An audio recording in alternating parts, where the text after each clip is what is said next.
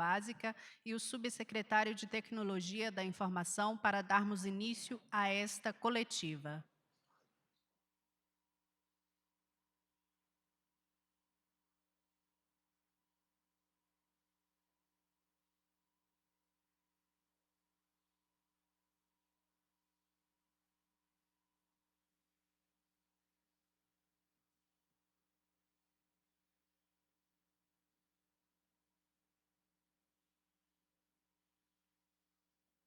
Boa noite. Agradecer aqui a presença de toda a imprensa. Temos hoje agora o evento aqui no Palácio do Planalto, onde nós lançamos oficialmente a Política Nacional para a Recuperação das Aprendizagens na Educação Básica e do MacPlace, que é o ecossistema de inovação e soluções digitais educacionais. Nós sabemos que quase 2 anos de atividades escolares presenciais suspensas trouxeram impactos significativos para a educação brasileira.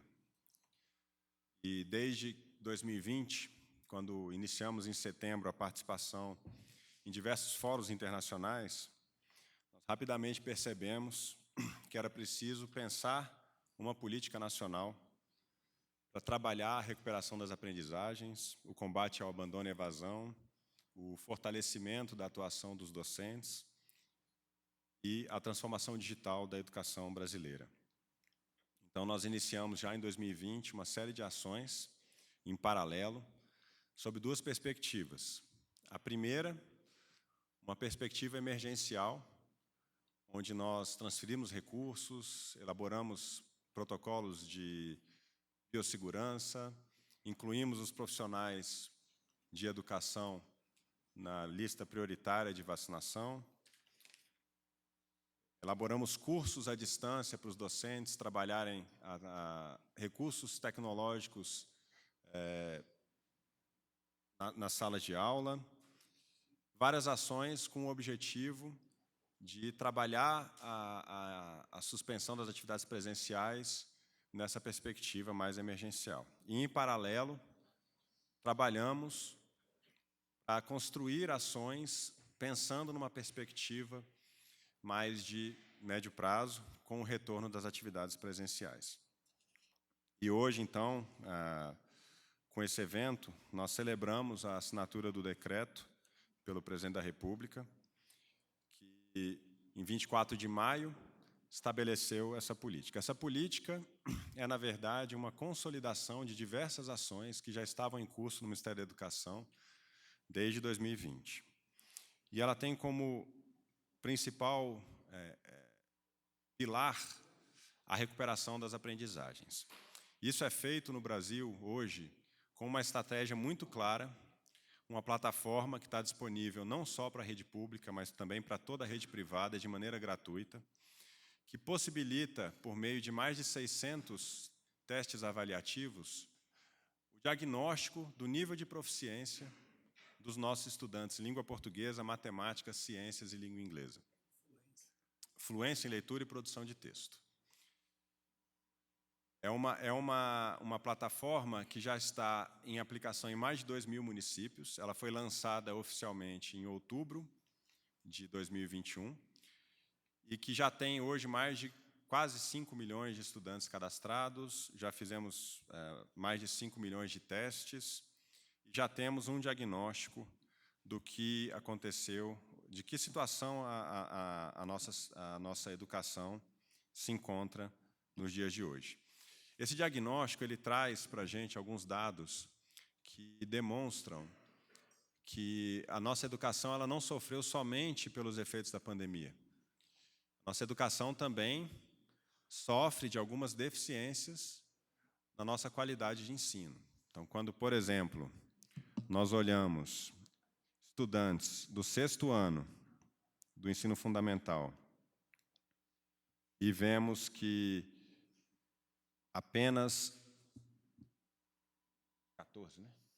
14% deles se encontram no nível adequado de desenvolvimento em língua portuguesa, nós entendemos que isso não é só fruto da pandemia.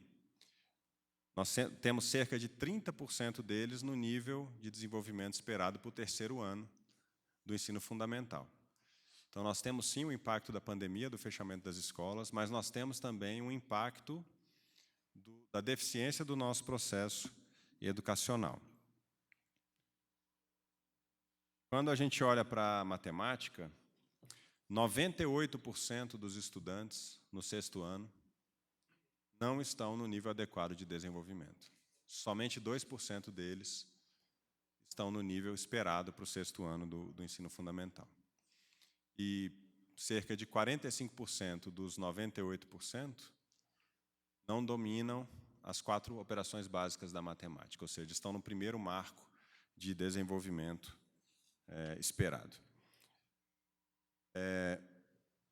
Em paralelo com essa plataforma, nós temos várias iniciativas também para combater a evasão e o abandono escolar. Nós já sabíamos que haveria um incremento nos índices de evasão. Esse incremento ele foi mais significativo no ensino médio, com a taxa praticamente dobrando, passando para mais de 5%, enquanto que era 2,3%. E no ensino fundamental, um leve acréscimo, que acreditamos que agora, no período pós-pandemia, esse indicador retornará aos índices pré-pandêmicos. Temos iniciativas não só para combater e trazer de volta esses alunos que já abandonaram, com a iniciativa do Disque 100 Brasil na Escola. Hoje, qualquer cidadão pode fazer um chamado quando identificar uma criança fora da escola, e existe uma rede de apoio já estabelecida, estruturada, com a participação do próprio Ministério da Educação e Ministério da Cidadania, para trazer de volta essa criança para a escola. Como também numa perspectiva preditiva, com um aplicativo que utiliza a inteligência artificial, que vai indicar para a escola o risco daqueles estudantes abandonarem a escola, e indicando, inclusive, as razões pelas quais isso é possível de acontecer, dando tempo para a escola trabalhar de maneira preventiva e evitar o aumento desse índice de abandono.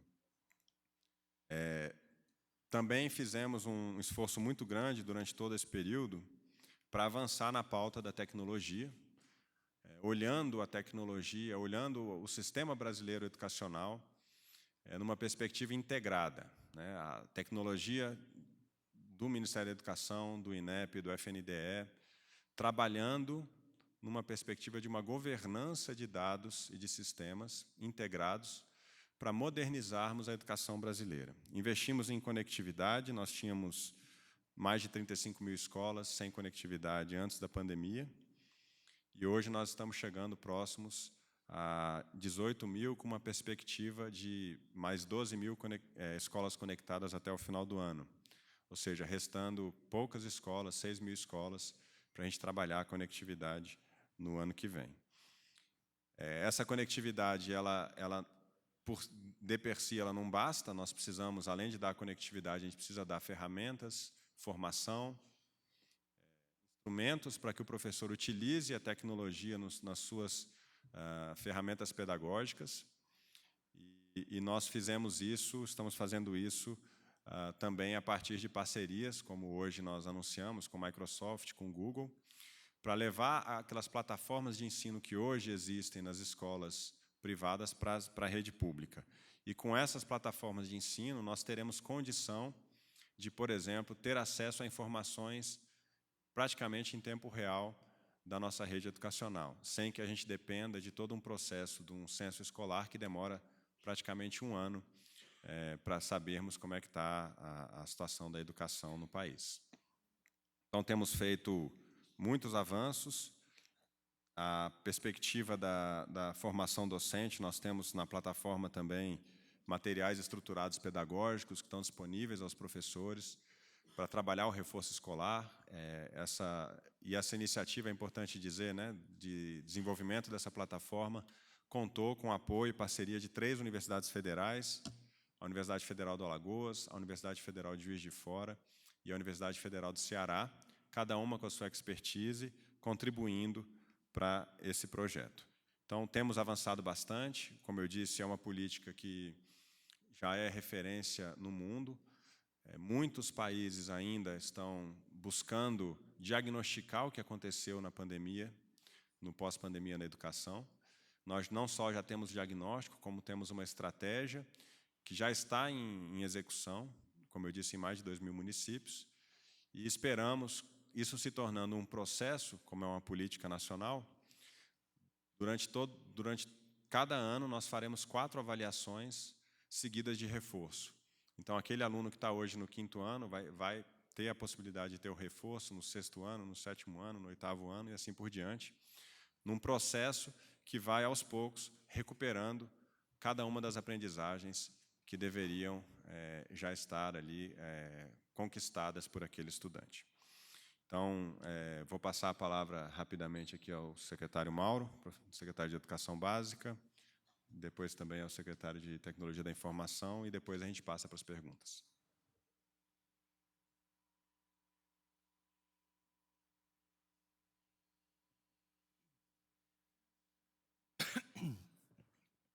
Bom, muito boa tarde. Eu acho que depois dessa explanação do nosso ministro, fica difícil até acrescentar, né, outros elementos, porque realmente ele deu um panorama geral aí das ações que integram essa política, né? Eu acrescentaria aí, ministro, em termos das formações dos professores, tudo que nós disponibilizamos durante esse período no AvaMec, o ambiente virtual de aprendizagem do MEC, ele hoje ultrapassa os 3.600.000 cursistas.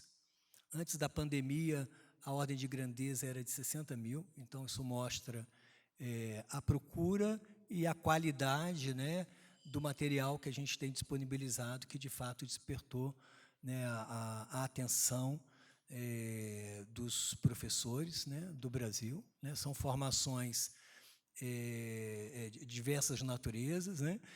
O senhor citou a de Educação e Tecnologia, eu citaria aqui o Bem-Estar no Contexto Escolar também, que é uma formação que ajudou, né, os gestores e professores nesse retorno. Eu citaria uma criada recentemente, que é para acolhimento de imigrantes e refugiados, né, na linha aí da inclusão. É um desafio trabalhar com a multiculturalidade hoje em dia, e os professores não estão preparados para receber, nem os gestores na escola, muitas vezes, né, essa população. Então, nós criamos uma formação para isso. No âmbito do ensino médio, nós criamos a formação nos 5 itinerários, os 4 itinerários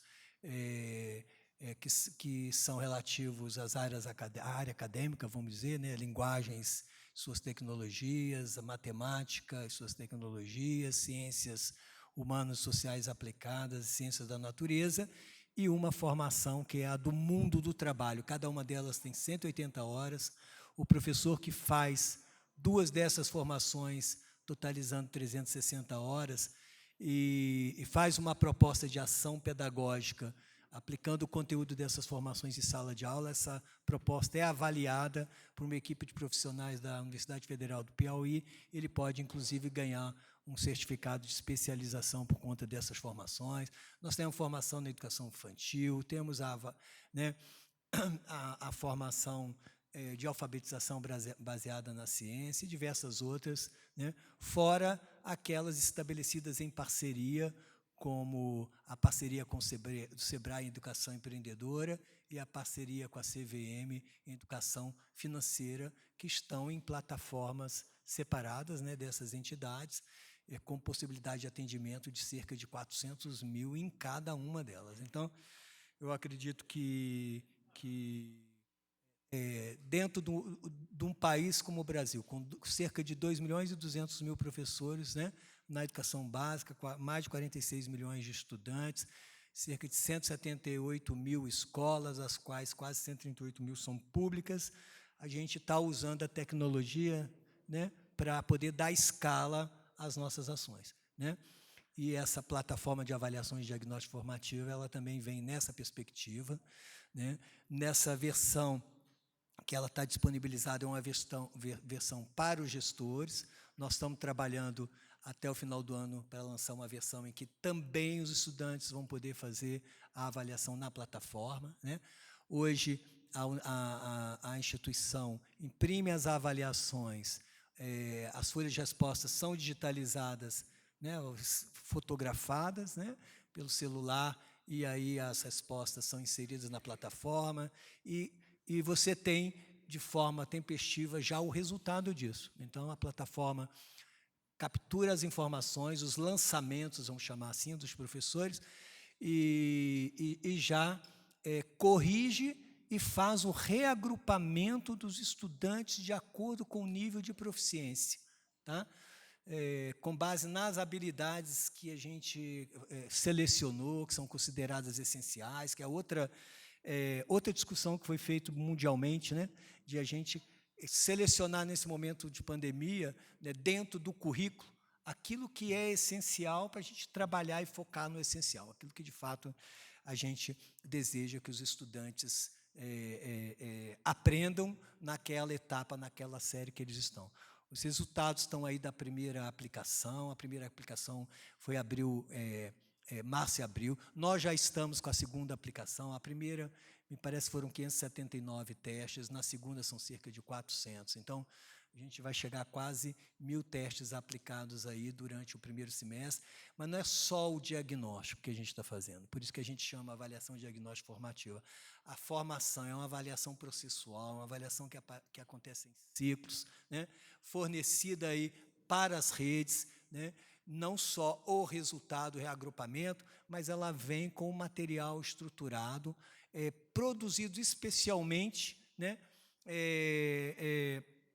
para ajudar, né, com o trabalho de monitor, os professores e com monitores no contraturno, né, ajudar os estudantes a superar, a acelerar, vamos dizer, as lacunas provenientes desse longo período sem aulas presenciais, né? Então, acho que é uma ação estratégica, e vou só reforçar a questão tecnológica, né, com o uso da inteligência artificial, da IA, para a correção dos textos, né?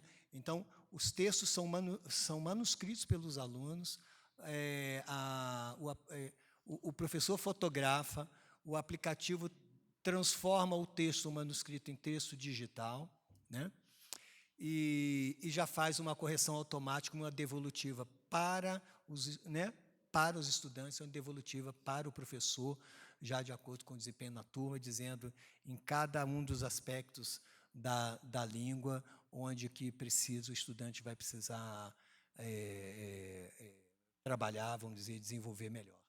Isso é muito importante. Eu tenho dito que é um embrião para ser usado no SAEB futuramente, porque nós estamos com um grupo de trabalho discutindo o aperfeiçoamento do SAEB, né? E uma das decisões é que o SAEB precisa ter diferentes formatos de itens, de questões, para avaliar até habilidades mais complexas do que hoje a gente avalia só com questões de múltipla escolha. E na imensidão que é esse país, só com a tecnologia para a gente resolver isso. Então, a gente certamente vai inserir no SAEB questões abertas, que a gente chama de resposta construída pelos estudantes, e a tecnologia, essa experiência usada agora nessa avaliação, nessa plataforma, né, com esse uso da inteligência artificial, vai poder ser utilizada em breve no novo SAEB, que vigora a partir de 2023, né? Então, em cada mês, né, quando a gente discute com os especialistas, né, que estão trabalhando conosco dessas universidades que o nosso ministro aí mencionou, né, Federal de Alagoas, Federal de Juiz de Fora e Federal do Ceará, né, mas não só essas, porque os núcleos de especialistas das universidades congregam profissionais, professores de outras instituições. Então, cada conversa que a gente tem, cada ponto de controle, surgem outras ideias. Então, eles estão, inclusive, trabalhando no aperfeiçoamento para também usar a inteligência artificial para corrigir, por exemplo, itens de matemática, avaliando o processo de desenvolvimento e não apenas a solução. Isso só para exemplificar o que pode vir, né, acontecer em breve, inclusive associando isso ao sistema presença, à frequência, né, com o uso do celular também, com reconhecimento de voz, né, via celular e assim por diante. Então, acho que assim, o universo aí é o limite aí nessa perspectiva do uso da tecnologia para favorecer uma melhor gestão da educação brasileira. Parar de falar, porque o professor, quando pega o microfone, não para nunca. Ministro, de forma muito breve, sendo servidor de carreira do Ministério da Economia, analista em tecnologia da informação, gerindo compras públicas durante mais de 10 anos, nós sabemos que um dos grandes desafios de entrada de soluções de tecnologia na administração pública é o processo de contratação ou os regramentos legais que nós precisamos observar, respeitar, tanto a nível federal, estadual e municipal. Então, ciente desse grande desafio, bem como ouvindo o apelo, a necessidade, sentindo as dores juntos com os estados, municípios, as redes estabelecidas, que buscam levar tecnologia para dentro das suas escolas, para dentro dos seus ambientes de ensino, mas nem sempre conseguem concretizar esses atos, porque exige um trabalho de articulação muito forte entre setores pedagógicos, secretarias de educação, áreas de tecnologia para apoiar tecnicamente, áreas de gestão e contratação para apoiar o processo de contratação e ainda aqueles que têm áreas mais nobres de inovação também para pensar algo diferente.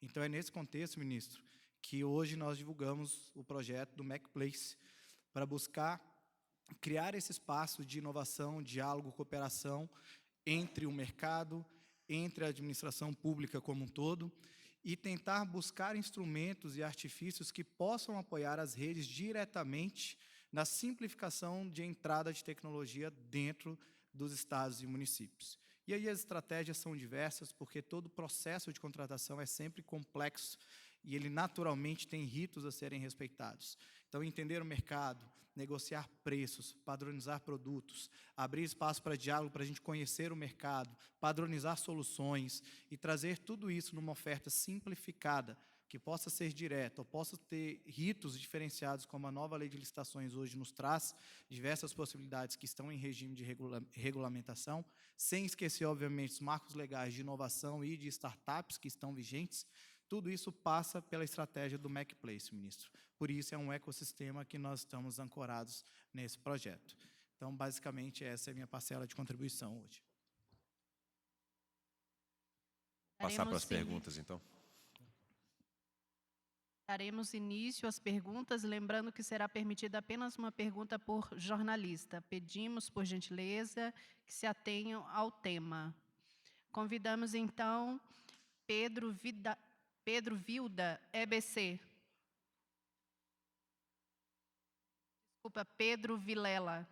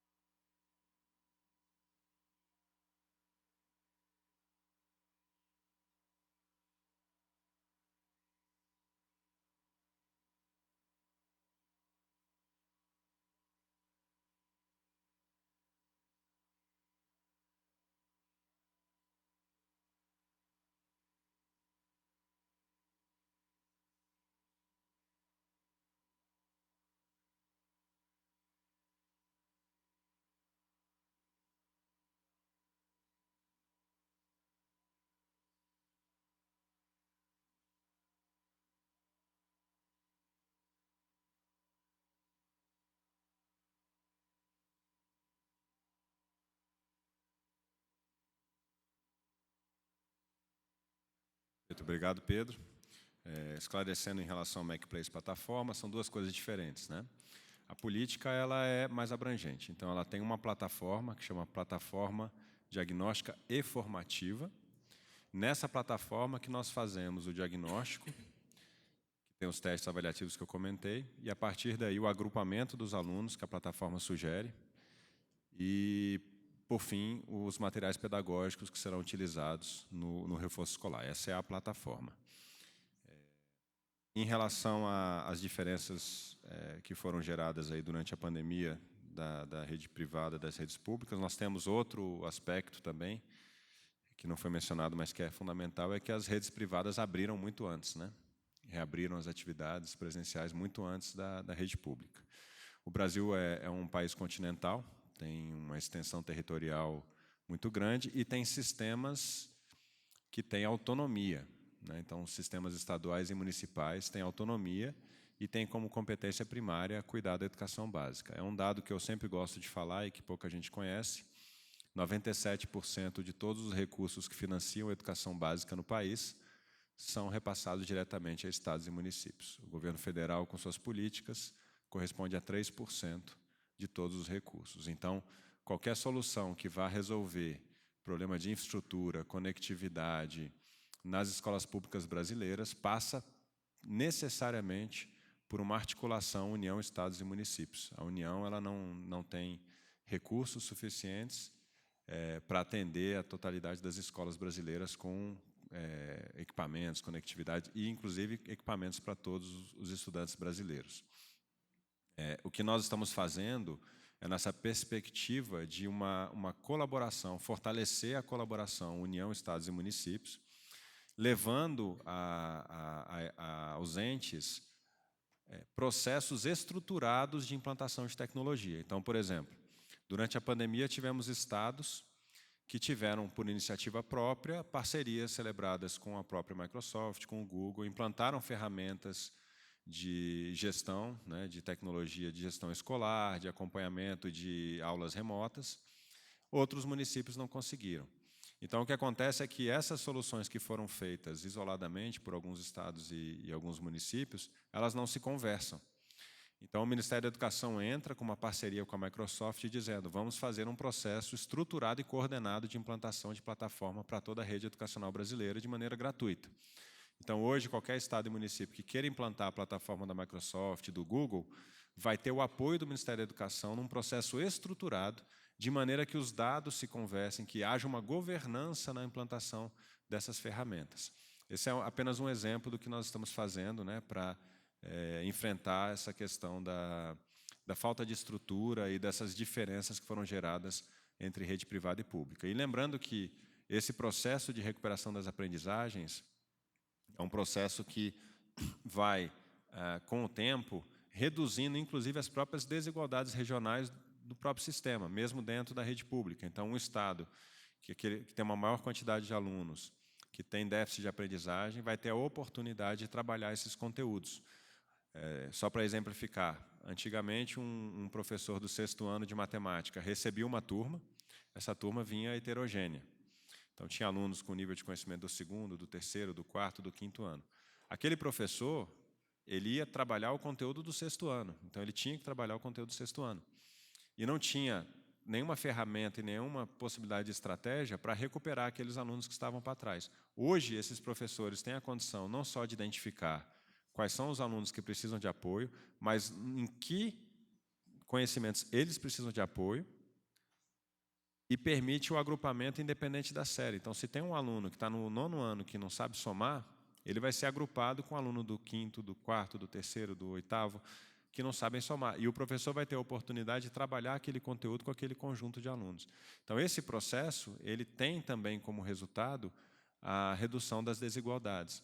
E uma coisa que eu não mencionei aqui na abertura, que é fundamental, hoje, todas as políticas que a gente tem trabalhado no Ministério da Educação têm um olhar diferenciado para aquelas regiões, para aquelas escolas mais vulneráveis. Então, nós, como a distribuição de recursos na educação é uma distribuição que é feita com base hoje praticamente em matrícula, a gente tem alguns estados que têm uma arrecadação própria muito significativa, como São Paulo, que também recebem reforço significativo de recursos do Fundeb, por exemplo. Então, como nós temos as nossas políticas com os 3% dos recursos que eu comentei, a gente tem dado um foco nessas regiões que têm índices e vulnerabilidade maior. Então, é uma política que atende prioritariamente aquelas escolas e aqueles estados mais vulneráveis do país, justamente com esse viés de redução das desigualdades educacionais do país.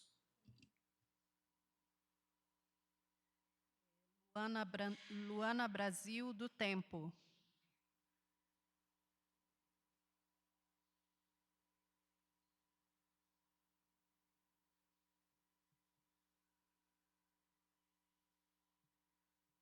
Boa noite, ministro. Boa noite, secretários. Eu vou dar continuidade à pergunta do colega Pedro, também sobre conectividade. Vocês fizeram muitos investimentos em tecnologia, e tem um dado do Ministério das Comunicações de que há quase 4.000 escolas públicas que estão sem estrutura de energia elétrica, estão com problema de defasagem na rede elétrica. Então, eu gostaria de saber quais são as soluções possíveis, em que PEC e tal, e se há alguma articulação dos ministérios para resolver esse problema. Obrigada. Obrigado, Luana. Excelente pergunta. Nós já estamos conversando com o Ministério das Minas e Energia para trazer possibilidade de instalação de células fotovoltaicas nessas escolas, né, e trazer a energia elétrica e, a partir daí, possibilitar a conexão dessas escolas também à internet. Então, a gente iniciou essas tratativas neste ano e ainda estamos elaborando, né, uma proposta de uma política para atender essas escolas. Paulo Saldanha, da Folha de São Paulo. Ministro, boa noite, secretários.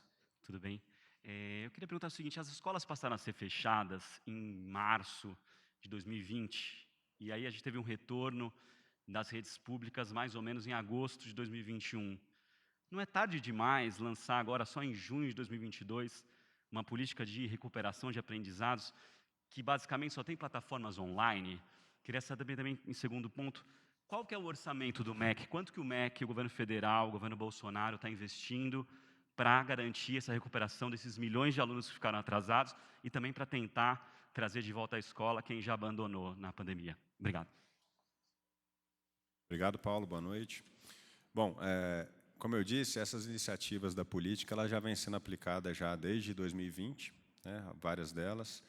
E lembrando também, como eu disse, que essa política tem sido considerada uma referência para o mundo, e mesmo com a complexidade do nosso sistema educacional, o Brasil já está na vanguarda de uma política de recuperação. Muitos países sequer têm ainda o diagnóstico dos impactos da pandemia na educação. Então, é uma política que surge, ela apesar de ser uma plataforma, ela não necessita de ser totalmente utilizada de maneira virtual. Quer dizer, o professor ele imprime os testes, como eu disse na minha fala hoje, tem escolas indígenas no interior do Amazonas utilizando a plataforma, então basta um celular conectado na internet que essas informações dos alunos podem ser lançadas na plataforma.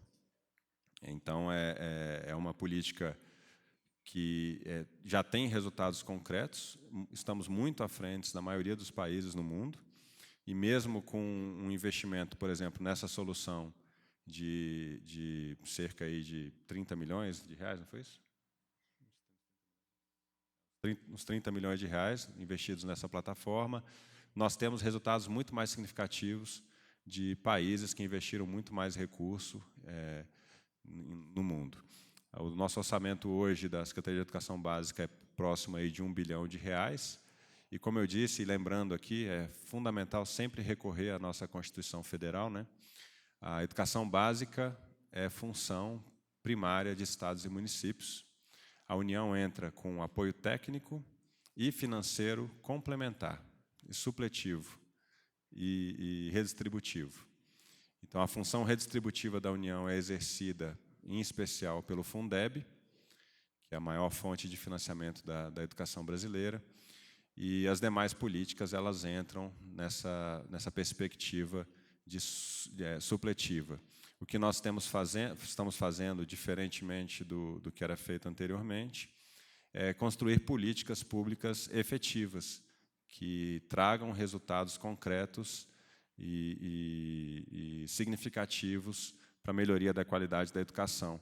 Não é só despejar dinheiro na ponta que a gente vê o resultado acontecer, né? A gente tem muitas e muitas políticas públicas no MEC que despejaram bilhões de reais na educação e que não tiveram nem próximo do efeito esperado. Então, a questão do recurso ela é importante, a gente tem valorizado o investimento na educação e fortalecido cada vez mais o investimento naquilo que importa, mas só o recurso não é suficiente. Então, nossas políticas hoje elas têm essa perspectiva transformadora, pensando a educação de maneira sistêmica. Se me permite, viu, Saldanha, para acrescentar, porque a política ela é muito mais abrangente, a plataforma é um dos elementos da política, né? E a política integra, então, os diversos programas do Ministério. Se você olhar só o PIEC, em 2021, o PIEC, o Brasil na Escola, e o Programa Itinerários Formativos, né, e sem citar os da CEAL, foram 550 milhões em 2021. Né? Esse ano, só na Lei 14.172, a da conectividade, a gente já repassou para os estados 3 bilhões e 500 milhões de reais, né, exatamente para acesso, né, para chips, dispositivos e, inclusive, equipamentos, né, para professores e estudantes de maior vulnerabilidade. Né. E dentro desses TEDs, o levantamento que eu tenho aqui é cerca de 37 milhões, né, isso até agora, porque a gente vai continuar, então a gente vai fazer aporte para aperfeiçoamento disso, né, para o próximo ano, inclusive agora ainda em 2022, foram 37 milhões nos TEDs, com centralização com essas 3 universidades, que uma trabalhou mais na questão pedagógica, que é a Federal do Ceará, a Federal Juiz de Fora trabalhou na plataforma e na construção dos testes, né, dos instrumentos de avaliação, e a Federal de Alagoas na questão tecnológica. A gente colocou esses grupos para trabalhar em conjunto. Agora, sim, toda vez que você faz, né, por exemplo, você não constrói um arcabouço de avaliações que tenha validade de uma hora para outra. Então, na realidade, nós começamos a trabalhar com isso no final de 2020, né, as conversas, né, começaram em final de 2020, né, até fazer o desenho do que a gente gostaria de oferecer para as escolas. Então, nós lançamos, de fato, a plataforma em outubro do ano passado, né? Aí tivemos que pré-testar, né? Fazer pré-testagem de instrumentos, tivemos que trabalhar com a aplicação piloto para poder garantir que aquilo que a gente ia apresentar, né, para a comunidade escolar tivesse validade, e a partir disso, então, dá o tempo de construir os testes, as equipes fazem a validação, daí você disponibiliza, aí você aplica, e isso vai estar, então, agora já entrou, vamos dizer assim, num ritmo de produção, sendo aplicado a cada 2 meses ao longo de 2022. E a construção do material de apoio também, nós fizemos isso em parceria com o DIME Concede. O DIME Concede indicaram professores, especialistas, para trabalhar junto com a equipe da Federal do Ceará para produzir esse material estruturado, e isso está sendo produzido ao longo do processo. Então, é um processo em construção e que vai sendo aperfeiçoado no curso da ação, né? E é nessa perspectiva que a gente tem trabalhado. Ou seja, se a gente pensar que a gente construiu uma plataforma, elaborou os testes avaliativos, mais de 600, implantou isso em mais de 2.000 municípios, elaborou os cadernos pedagógicos estruturados em 4 disciplinas para trabalho no reforço escolar. Tudo isso em menos de 1 ano, isso é um tempo recorde.